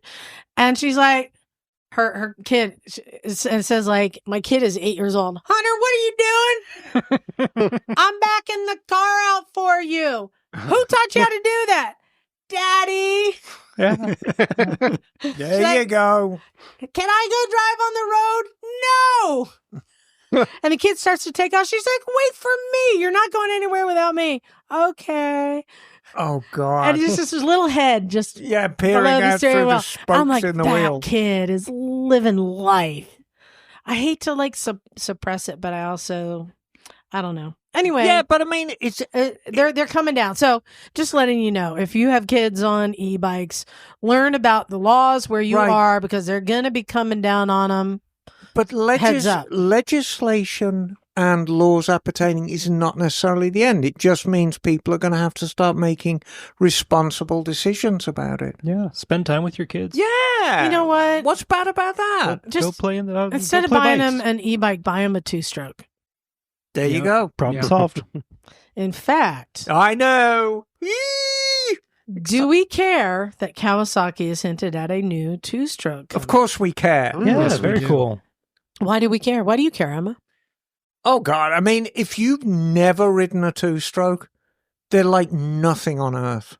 Ding, ding, ding. Well, it's the noise, it's the feeling, it's keeping it in the power band. It's just, it's peakiness. I mean, I would say it really is bare bones motorcycling, but in such a great visceral way.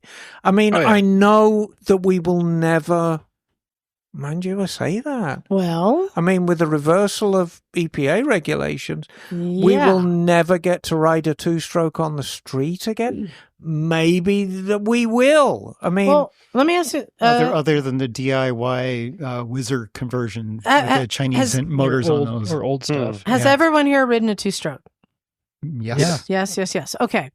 There was a time, once upon a time, street bikes, mini bikes, scooters, they were all 2-strokes. Dirt bikes. 2-strokes. You can get a 2-stroke or a 4-stroke. So why did what's the nutshell for people who aren't that familiar? Why did the 2-strokes disappear? So the 2-strokes disappeared pretty much en masse in the mid-late 70s.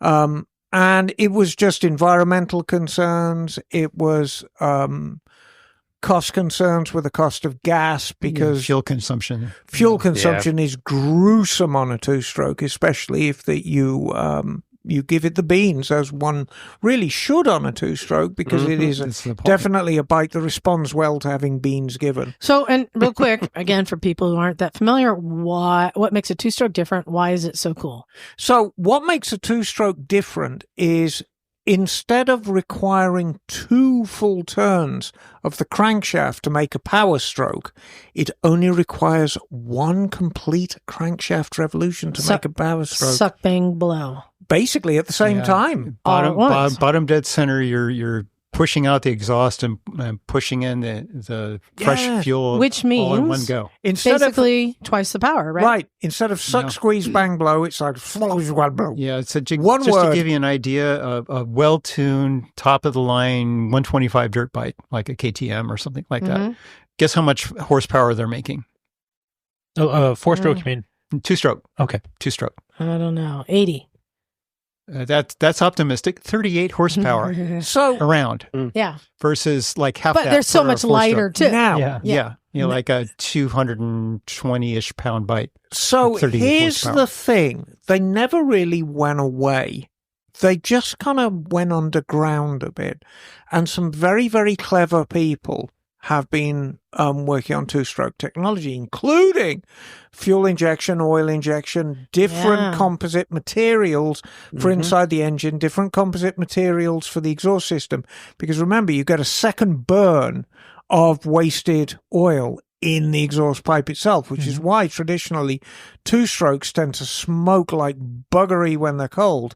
But when you warm them up, and the hotter you get them, the more smoke dissipates, because the exhaust is actually doing a second burn. Is that what the expansion chamber's for? Yes. Partly that. And then you add in a power valve, too, for the same thing. And, by utilizing power valves, Yamaha was actually able to stretch two-stroke technology right into the mid-80s, famously with the RZ350s, which I think last RZ350 was sold in America like 85, 86, long after their sell-by date, just because they were getting so efficient.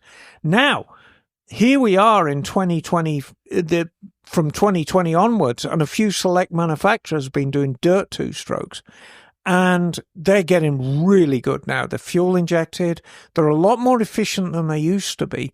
Fuel consumption's going up and emissions are going down, which is wonderful. Here's what I think they should require. Yes. Because, yes, on the one hand, save the planet. On the other hand, ring, ding, ding, right? So I think what they should do is to be allowed to buy a two-stroke, you have to also own an electric car. There you go. It equals out, right? So, it equals out. Hydrocarbon offset really. What? No.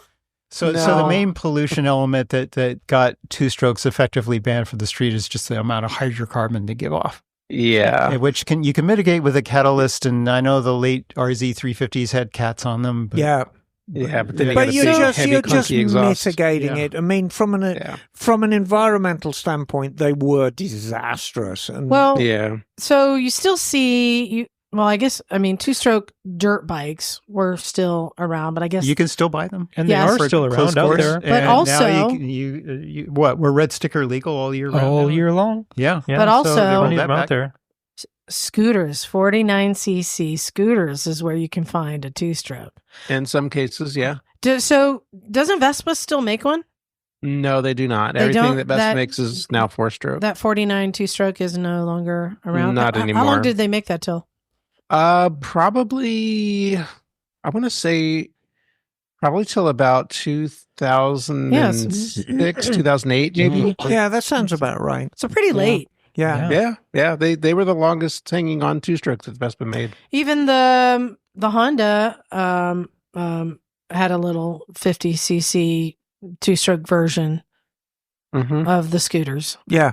Yep. So but that's been going for a while too, though. One thing I'm curious about, so it's Kawasaki that's coming out with this. So are we thinking it's just going to be a motocross bike? Because that's generally the purpose, right? That's what I imagined. Yeah, probably. Because I would have, Suzuki's been and Yamaha have been doing direct injected two-strokes for outboards for a while, and I would expect some offshoot of that technology to translate to motorcycles. Now. It's ancient history now, but you know where Suzuki got their two-stroke technology from, don't you? I Germans. do. Yes. East Germans. Yeah, MZ. Yeah, MotoZopau. And famously, the top engineer from MotoZopau defected because he was tired of life behind the Eastern Bloc, and he defected and ended up in Japan as part of Suzuki's racing program. At Isle of Man, I think. Yeah, at the Isle of Man. That's where they got him. Isle of Man. All right. I saw the same video. Do you think we will see two-strokes on the street, be it scooters or street bikes? Oh, God, I'd love it so much. Right? Because, just for people to Bagel, I had a brain freeze. I don't think we're going to see much, if anything, on the street, because just because the U.S. if the U.S. regulations are changing, that's not enough. The Europe and pretty much the rest of the world is still not allowing two-strokes on the road. as far as I know. Well, of course, we always have the So, N California. Even in Taiwan, So- they basically banned two-strokes, and it had Right. a substantial So- improvement on Right, air so- quality and in China. Type A. And Yeah, and India as well. You know, Yeah. they're making big strides to clean up vehicles there. So the rest of the world, where the biggest bike markets are moving away from two strokes. And if the U.S. moves back to allow those again, it's such a minuscule market that no foreign manufacturer is going to be investing in that, especially if there are tariffs here. So you know what we need? We need, the way Honda did it through RPM, like a 20,000 RPM. Two-stroke? A two-stroke Four-stroke. hybrid. Yeah, because that's one thing about two-strokes is the red line on a two-stroke is somewhat lower because you're depending upon the bottom dead center time to do that charge transfer. Right. Let me tell you what we need to do. We need to kill two birds with one stone here. We need to get a hybrid e-bike / two-stroke For 15-year-olds. for 49cc God. for 15-year-olds. Yes. Mhm. Yes. A hybrid serious with hybrid. pedal Hybrid. assist. Oh, I like the idea of pedal assist. Keep Can- the little buggers fit. They'll end up with calves, like sinewy calves. I like the idea of the pedal assist. Emma, what do you think is the penultimate two-stroke bike of all time? Motorcycle. Yes. I mean, from a technology standpoint, I mean, is it like the CR500?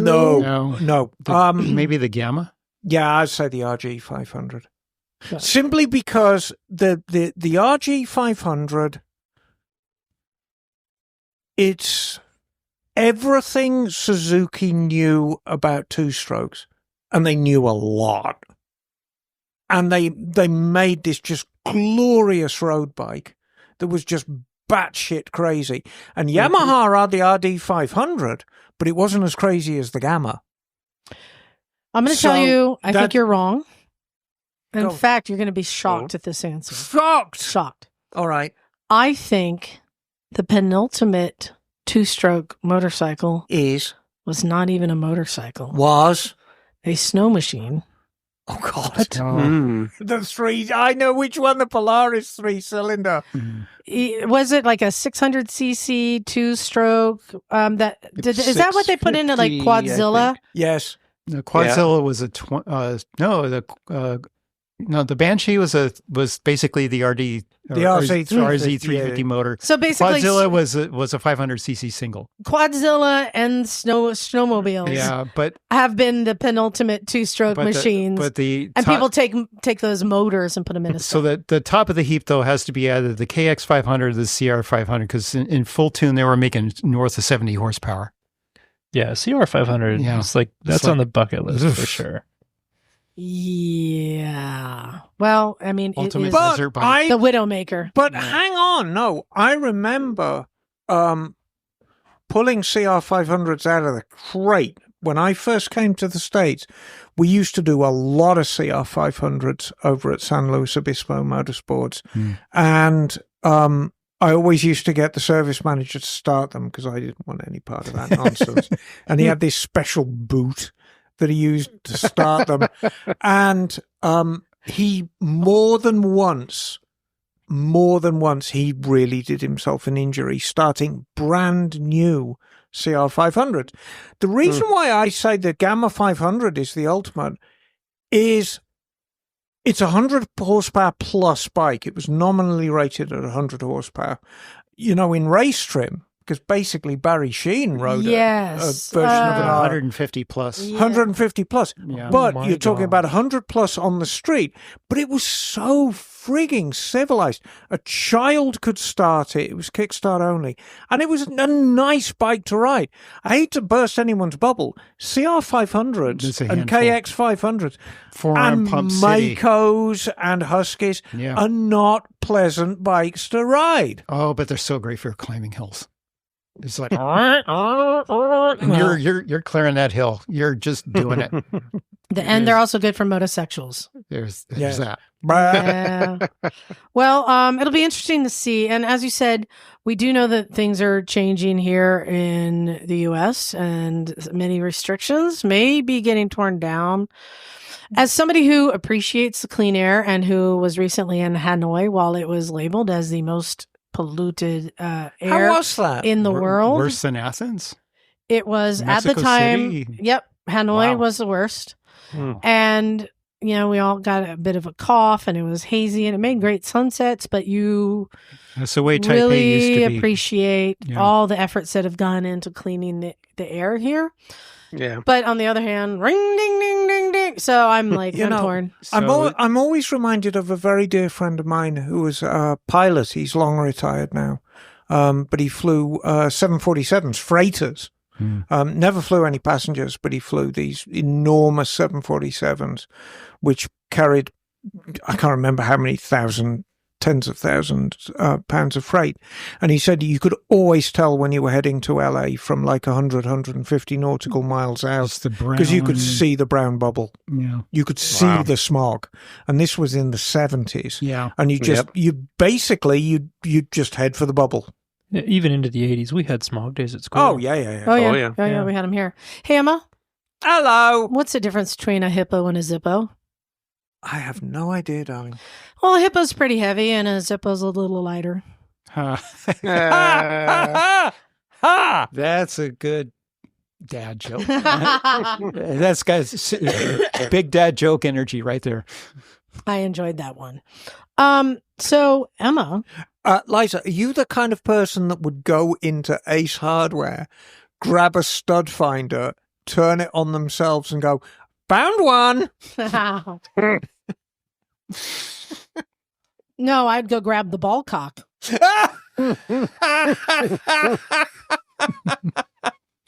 You flapper. Yeah. So Emma, we're doing a thing this coming week. Are we? We are. What are we doing? Well, Do I get to be the big spoon? Scotty and Emma and I and Jim and Craigzilla Yeah. and John. Mike.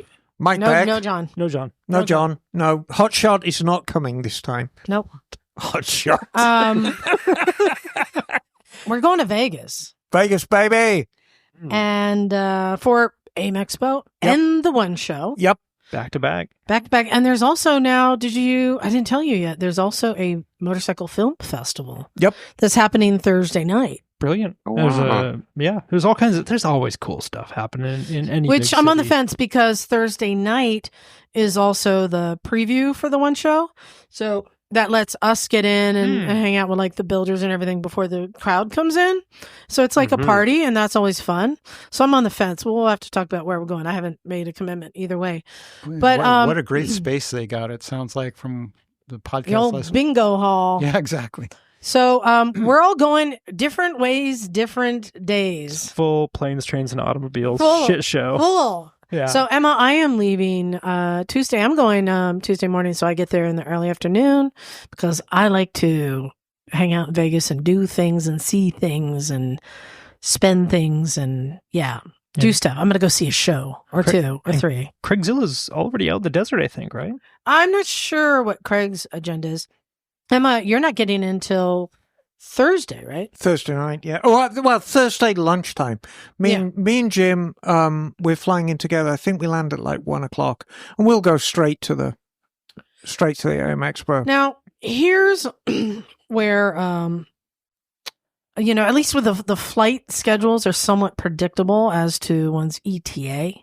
And there's so many cheap flights from Scotty, here to there. how are you getting to Vegas? You're also going on Tuesday. I am, yeah. I have to work most of Tuesday, so I'm taking a half day and leaving in the middle of the afternoon.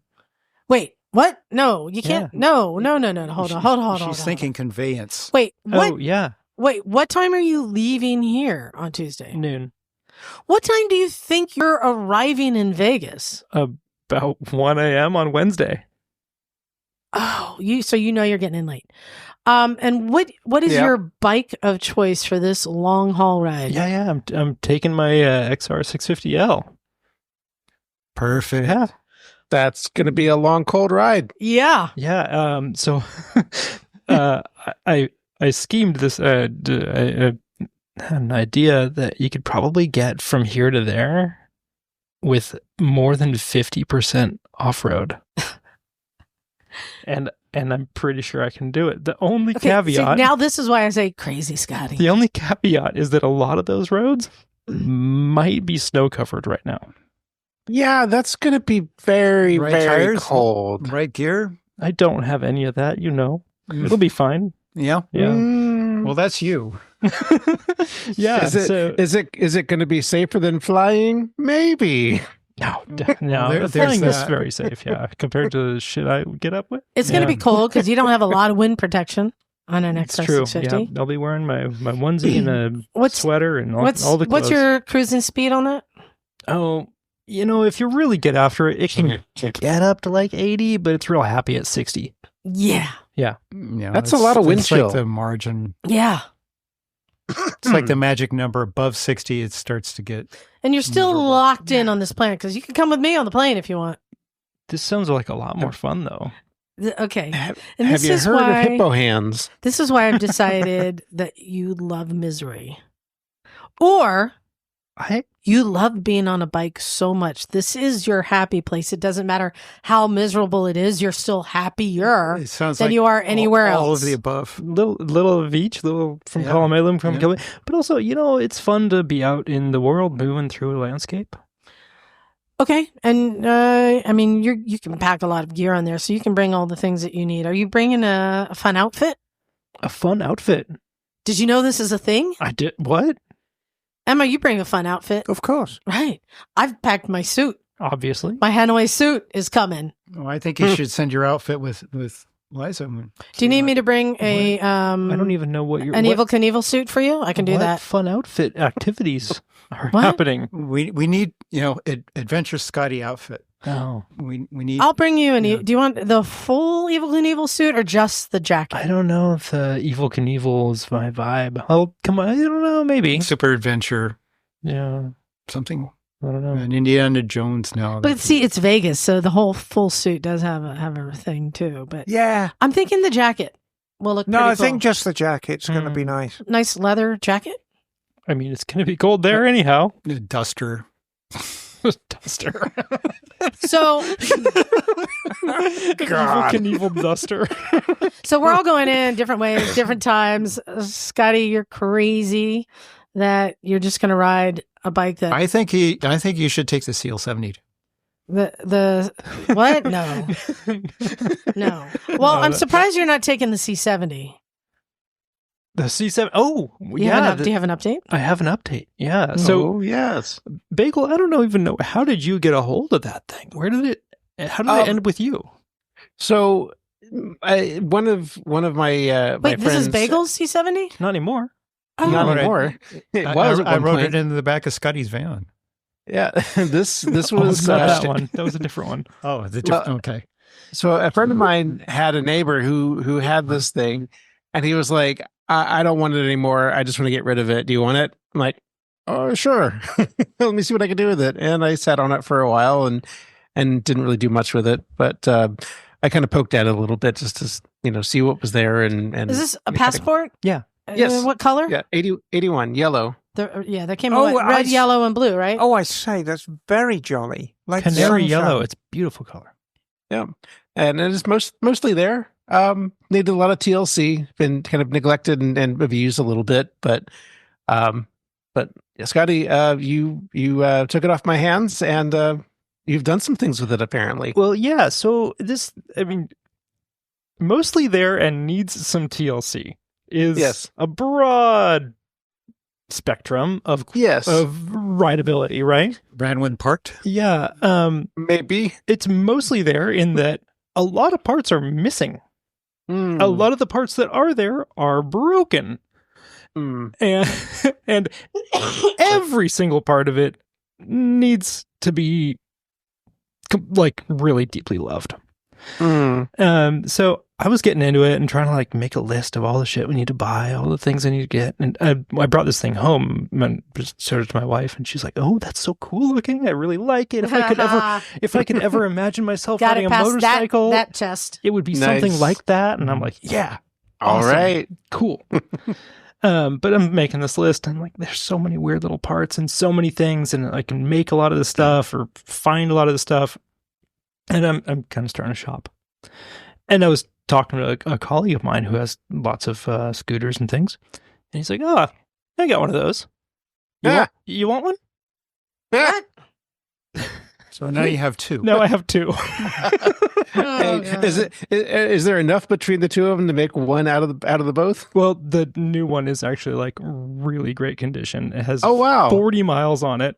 And is in perfect condition. Oh my so God. It just needs a little bit of love and an oil change, and I'll Nice. be on the road, and I've got a whole extra one for spare parts. Oh, wow. Perfect. Yeah, well, we just need to find a good trip for you to take it on when it's ready. Oh, absolutely, So yeah. lucky adventure, Scotty. Yeah, yes, but no, I really think because I guess that is your most appropriate bike for long distance riding. The C70? No. Going back to the XR650, because you've got the Pit Villain, right? Yeah, the Vit Villain, which is a great bike, and I commute on it. I've put almost 10,000 miles on it in the last year. And I even offered her the Nikon, and she turned it down. That thing's not confidence inspiring on a snow-covered dirt trail. Okay. Yeah, I don't know. The XR650L kind of ticks all the boxes for me. It does all the things. It doesn't have a big windscreen. That's fine. I will see you when I see you. But we're going to have a lot of fun. In fact, some of our friends are coming out. I know that Larry from Creative Riding is coming out. And I might your friends from Nova. Yeah, they're going to come out and we'll get together on Thursday night. Mm-hmm. Uh-huh. And yeah, we're going to have quite the crew and a lot to see and do. And Scotty, this is really your first trip like with us doing our thing. You get to interview people. Did you know that? Yeah, I'm stoked for that. I've been to a lot of trade shows and a lot of things, and I've never been on the media side of it. So I'm excited for that. We're going to have fun. And Stumpy John's going to be opening the garage for me next Sunday. Thanks ahead of time to Stumpy John. I think that's pretty much it. We actually don't have any emails. All the emails got read last week. I printed them all out, and you guys took care of them. What? But what do we want people to email us about? Well, we said we want them to email us if they need gear, lost it in a fire, hurricane, natural disaster, volcano. And just email us about your project. Well, I want to know what you're doing. I mean, I confessed probably a month ago, I always build a bike in the winter. Mm-hmm. And I built that GS850, which is now in the Jameson, certainly until springtime. Oh, really? And then I'll decide what to do with it. But yeah, tell us about your projects. I always like to hear about people's projects. I can relate to your project because I showed you my Jeep is done. No, we nearly got through the whole show without talking about that fucking Jeep. How beautiful is that paint? Welcome to 4x4 Talk with Liza. Yeah, it looks pretty good, doesn't it? Flappy Paddle Miller. Jeez. We want to hear from you guys. Well, yeah, what are you working on? What are your projects? I'm gonna please exclude Jeep-related products. We don't want to hear about your Jeep project. You keep that shit to yourself. We've got a few more minutes. I wanted to take 5 minutes to tell you about an idea I have. Tell me about your idea, Liza. Okay. I want to start a movement. Here's the thing. I like a bowel movement? Nope. So, Emma, through the years, there have been certain models of bikes that were prime for customization. Triumphs, many Triumphs were turned into choppers and stuff. Yeah. CB750s then became the thing that could be a chopper or a cafe or a whatever, right? Yeah. Right. You go through these different models of bikes that kind of get swept up and turned into things. Right. And I have in mind what that next bike should be. And I would love, hear me out. I would love to start this trend. In fact, I was thinking it'd be pretty cool if I can get different people in the garage to buy some and modify them and see what different range of things we can create with them. Because I think this is the perfect donor bike. I'm in. So here's the deal. The bike I'm thinking is worth nothing now. Nobody wants it. Nobody's talking about it. Nobody's collecting it. I don't know anyone who's currently riding one. But it is a well-made machine. And the reason I like this as a donor for customization is I always say, don't make a bike worth less by cutting it up. You can't make it worth less. Because if it's already worthless, you can't make it worth less. So you can only have fun. And I think because of that, you have that creative freedom to experiment and create. So my recommendation, and I think you're going to agree with me, Emma. I'm going to get you on board, and then I need to try and talk some of y'all into buying some with me, and let's turn this into a thing. Come on now. Honda. Yes. Shadow 500. Yeah, that makes a lot of sense. V-twin, yeah. Wow. I can't even remember the last time I saw a Shadow 500. Right, but we know that they run forever, which means they're out there somewhere. They're out there. I mean, I did a little search. Shaft drive. Yeah. Is the Shadow 500 shaft? I think so. Well, I'm gonna.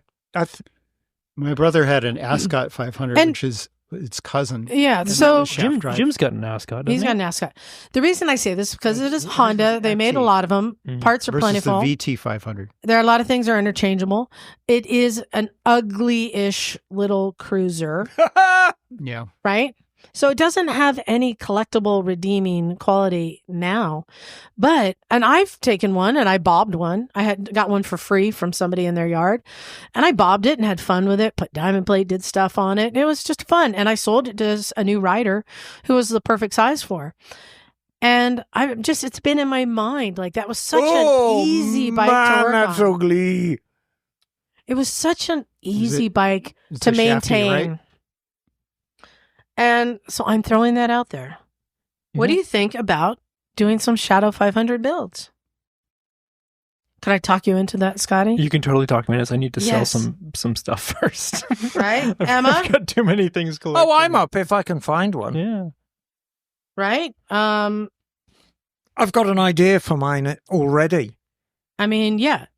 Chopper, cafe, tracker, sidecar. I mean, whatever you want to do with Circus Carnival Ride. What? Yeah. Circus Carnival. Like a ball of death. That's the style.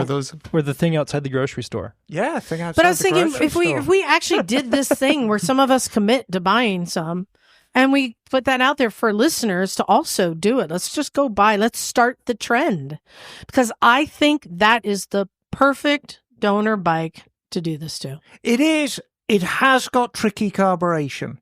So, if you buy one, you're going to need to learn about how carburetors work and mind your P's and Q's. What makes that carburation There's CV specifically carbs in tricky? it? Yeah, CV carbs, they've got very weak diaphragms in them. And 9 times out of 10, if you find a bike that's been sitting, it'll have split diaphragms. And now you've got to figure out how to put new diaphragms in it, which is not the hardest job in the world. Besides that, you get unwanted children. Oh, yeah. Split diaphragms. Ooh. And it's got Like my sister. idle jet, main jet, intermediate jet, and a pilot jet. So they're quite funky. A lot going on. Yeah, there's a lot going on. This is a 600, but here's one for $500. Yeah. Oh, those were great. And I'll tell you what about the VT600. It was only a 4-speed. Not a lot of people know that. A little 4-speeder. And in Japan, they were called the Steed. And you could get customizing kits for them. They were like 2-foot over front forks that bolted onto the standard triple trees. You know what? It was wild. Oh, yeah. Full. As I'm looking, So you could attach like horsey tack gear to it. And Yeah, do exactly. the whole The thing. Steed. as I'm looking, I'm realizing fringe it of the doesn't need to seat be and- limited to the Shadow 500. I just thought Shadow 500 was fun because it's light enough that you could make it like a little dirt ripper, right? Yeah. But like here's like a Shadow 1100 for $950. I mean, these That's a great bike. 90s Shadows have no value. But again, I like the idea of doing an apocalyptic thing with knobbies. I have a story about a ride on one of those that I can tell Wasn't a different there like time. a 1300 one also? I thought the 1100 was the largest. Yeah. Okay. No, I mean, then you get into the VTXs. Yeah, that's what I was Yeah. thinking of. Yeah, and Mikey 3 times, his first build was Captain Crunch, which was VTX 13. Mhm. Started off as a purple VTX 1300. And he was vacillating about whether to customize it, so we just grabbed an angle grinder and chopped the back end of the frame off and Yep. you're customizing it now. You were there at the time, weren't you, Bagel? Oh, yeah, I And remember he's that. like, Oh, boy, it's pointed overturn now. yeah, exactly. Like, come on, let's cut the back of this bike off. And he's like, okay, you're rolling now, Mike. Sawzall and angle grinder, tools of creative destruction. I guess we could also add the Vulcan 500 to that list. And people already discovered the Suzuki Savages. That was a great donor bike already. Yes. Wasn't there a small Virago too? Yeah, the God, smallest they're ugly too. They Ferrari. deserve to Well, be they cut make a up, too. 250. Yeah, they make a little 250, which is a darling little thing, and Yeah. chain drive. So I think we should include that because it's just such a darling little thing. But I think the base model, the Shadow 500, is the perfect donor. And yes, let's make some things that are just fun that you want to do stupid stuff on. Yeah, I love the idea of everybody starting from the same page. Right? Yeah. And then That's- just build from there. Does it have to be rear wheel drive? Absolutely not. Of course it doesn't. Why not? Go crazy. You know what? I'm going to say, and this is why, again, I think because Would do you're not Go for you're not it. inhibited Yeah. by, value. So you can do anything to it. You could do a front wheel drive radial engine. I heard that's been done. No, I like That does yes. a flip when you use the front brake too hard. No, Yeah, right. I like the idea of having like a propeller drive. So you could have like this big cage at the back, like you get Oh, on an yeah. airboat, Yeah. and it's driving a propeller which launches. Wasn't you there forward. a French car? Like, Oh yeah, Oh, yeah. absolutely. Yep. But So of course that's it was that's my French. pitch. Hey, I want to hear from you guys. What do you think? Would anyone want to join us? Yeah, on, join us on the VT 500. Like if we make this like the 2025 that would thing, be let's a fun thing build to do. out some Honda Shadow and do stupid things with them. Right? Yeah, we got to come up with an event or something to all show up to on these things. Right? A ride out. That Yeah. would be fun. yeah. Some kind of fiasco. Anyway, that's my pitch. No, I think that's fair. All right. Brilliant idea. So, in the absence of emails, I suppose it's time to get out of here. It is. Thank you everyone for listening with us. And I mean, as we're starting 2025, just know I was going over with Emma some guests we're working on. We got some pretty cool stuff coming up. We have indeed. Stick with us. I know it's a crazy world out there, but you can rely on us to bring you all the content that is motorcycle related. Well, it was interesting. I was talking to a company that for decades has been advertising with magazines, and they're like, that's kind of gone away, and they're not sure how to reach the people now. And they'd reach out to us. We're going to work with them because there's so many different products and brands that don't know how to reach people anymore. Right. Yeah, the funny thing is, when I talk to millennials about where they get their content and where they learn from things, is they all say podcasts. They're Right. listening Yeah. to podcasts. And I mean, They're not watching television. They're not watching TikTok. and me and Liza are very whatever. much on the same Yeah. page. If we have a company on that has a product, it's not going to necessarily be advertising that product. We want people to come on and talk about it and talk about what makes it good and get into the science behind it rather than just say, oh, this shit's great. And, I'm gonna go ahead and tell everyone what I had told you, and I'm talking with some of these companies. I'm like, just so you know, I've decided I'm no longer taking advertisers on this show. I am only taking product that I can turn around and give away to listeners in exchange for what would be advertising dollars. Because I love that we can get products and share it with people and just give stuff back to our listeners. yeah, That's what I love the most. So this company I've been talking to, we're going to be getting products sent to us that we can give away. It's not ball trimmers, is it? Nope, it is not ball trim. Okay, that's good. Didn't you get one? Nope. Oh, okay. Big thanks also to our Patreon subscribers. You guys are the best. thank you for supporting us. And now I'm going to use Patreon dollars to ship gear down to Southern California. So we're still doing good things. And you're just empowering me to do that. Also, big announcement. If you have not gotten one of the green shirts that we have on our store, I've put them on sale for $10 plus shipping. Ooh, what a bargain. Right. $10 plus shipping. Mystery rider. The unknown writer. Yeah. Exactly. Cleared them out because I need to start working on the design for this spring. Yeah. I'm already working on your some. spring collection. Mm-hmm. Exactly. Any other announcements, Emma? What's that now? Give us your money. Thank you. All the things. And send us your emails. And that's We it. love our Patreon members. Yeah. We'll see you at Exactly. the rally. Yes. I Oh, mean, yes. I'm hoping that we'll run into lots of people in Vegas, but if you miss Vegas, come to our rally. I'll come down. I'll make a point to Aw. come down. You can find a link in our show notes, or you can go Absolutely. to our website and go to Okay. events, or you can go to Breaking Away Adventures and find Right. it there. Sounds Or like- I think also misfitsrally.org. Exactly. Yeah. And if you come to the rally, I will personally cook you a breakfast. And I might do Ooh. a burlesque show Oh goodness. over the eggs. Wait, no. That's my thing. Is the charity. Is that like moon over my yeah. hand? Maybe. Misfitsrally.org. It takes you right there. Maybe. All right. Yeah, so come on down. We're going to have a I'll good come on time. down. I'll come see you guys. Very and good. Hang out, and You know, you can't just show up I know. Yeah, you have to book. I will- because we've got. I know the campground situation. That's why I wanted to ask about it. Anyway. Yeah. No, So we've if- got if I'm- basically our own restaurant. So that raises my question. Mhm. So I haven't booked, but I want to come Mhm. and participate and hang out and be part of it. Yes. What do I do? Yeah, so go to misfitsrally.org and sign up for it. Okay. What that gets you is we're going to be camping. So if you bring a trailer or an RV, we can fit you in. Or if you just show up with a tent, we'll fit you in.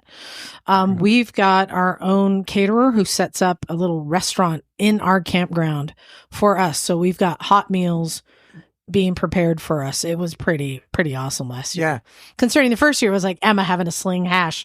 Now we've got people cooking for us. exactly. And we have, Wow. they have our own bathrooms there that are pretty cool. So there's showers and everything. It's a very nice setup because we're contained in our own section. We are the only ones with access to the little mini bike trails, which is fun. Nice. So I'll bring What out are the we doing about Amigo. sleeping? What are we doing about sleeping this year? I bought you a tent and a cot. That's right, you did. And you I still did. are in possession of them, aren't you? No, you have it. Do I? Yes, I made you take it home. Oh, that's right. I've got it on my shelf. I'll bring it with me. And and the then- Amigo now has a sound system. No, So exactly. To wake everyone up in the morning. You can Brilliant. blast show Um, tunes while you're riding around. And the other thing, thank you because I didn't really talk about this. Yeah. The types of riding. We have a street bike ride that's all pavement. We do. Are you doing a enduro ride this year? Sure. We have an ADV ride and enduro ride. Hmm. So basically, and then there's just dirt bike riding in Hollister. So we have different groups going out for different riding styles for different bikes. So there's something for everybody there. And there will be at least one of your favorite misfits on all of the rides. So, Yeah. In that corner, that little pocket of California is so cool. Yeah. There's so much to do, so much to see, so many roads and trails and things out there, and no people. right. Yeah. So if you Yeah. want to go for a ride with Scotty and to see what happens, Yeah.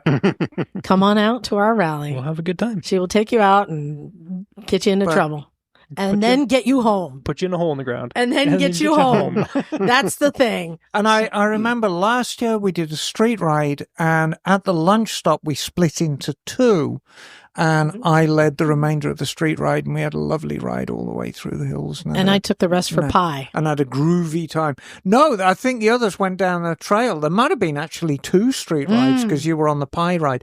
I like the idea of the pie ride this year.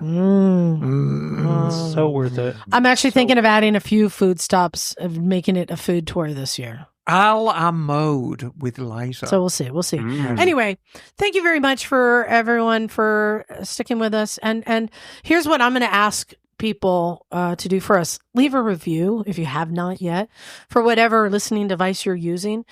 Tell people about us. Share a link of our show on social media. Let people know about us. This is all I'm asking. Spread the word. And I know a lot of you do. So we really appreciate it. Thank you. Because we know you guys are misfits too. Our group is global, really. And I always love it when we meet people who are listeners because we feel familiar already. Right, because we share a commonality, and the commonality we share is this visceral love of motorcycles. It's quite simple, really. It. Yeah. So on that note, go to motorcyclesandmisfits.com. You'll find the link to everything there. You can buy a shirt. You can sign up for the rally, see where we're going, and just see pictures of what we look like. It's Tell all us there. About your 500 chopper. And let us know. Yeah, start searching for Shadow 500s. Let's start buying them all up. Got a Shadow you want to get rid of? Let us know. Oh, good one.